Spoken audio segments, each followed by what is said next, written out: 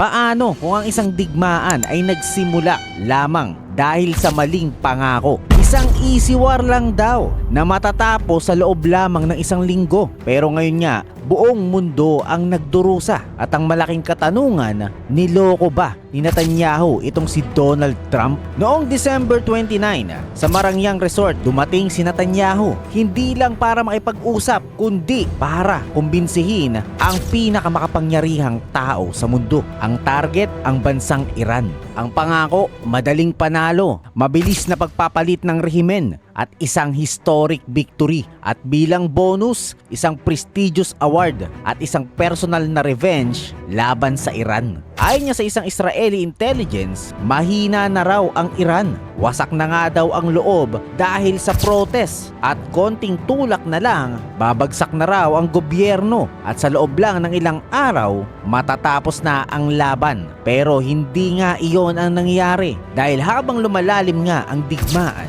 hindi bumagsak ang Iran. Sa halip, lalo nga itong tumibay. Sa kabila nga ng pagkamatay ng kanilang leader na si Ali Khamenei, hindi nag-collapse ang sistema, ang kapangyarihan napunta sa mas agresibong grupo at yun nga ang Revolutionary Guards. At ang inaasahang quick victory ay naging isang bangungot. Hindi nga lang sa Middle East ang naapektuhan, buong mundo ay tinamaan dahil sa pagsasara nga ng Strait of Hormuz. Tumaas ang presyo ng langis, bumagsak ang ekonomiya at ang tensyon ay mas lalong lumalala pa. Ang digmaan hindi lang laban sa Iran at Israel. Ito na nga ay nagiging krisis ng buong planeta. At ayon niya sa mga insiders, overpromise itong si Netanyahu. Ipininta nga nito na ang digmaan na para sa kanya ay napakadali lang. Pero nga ayon sa mga US officials, hindi nga ito ganun kasimple. Pero tandaan din natin na hindi rin inosente itong si Trump. At ayon niya sa mga eksperto, ay handa nga talaga siyang makipagdigma. Hindi nga siya pinilit, bagkus mas pinili niya ito. Hindi nga ito ang unang beses. Ang nangyari nga sa Gaza, sa Lebanon, parehong pangako, mabilis na tagumpay. Pero paulit-ulit, hindi natutupad. At ang naging resulta, mas maraming kaaway, mas maraming gulo,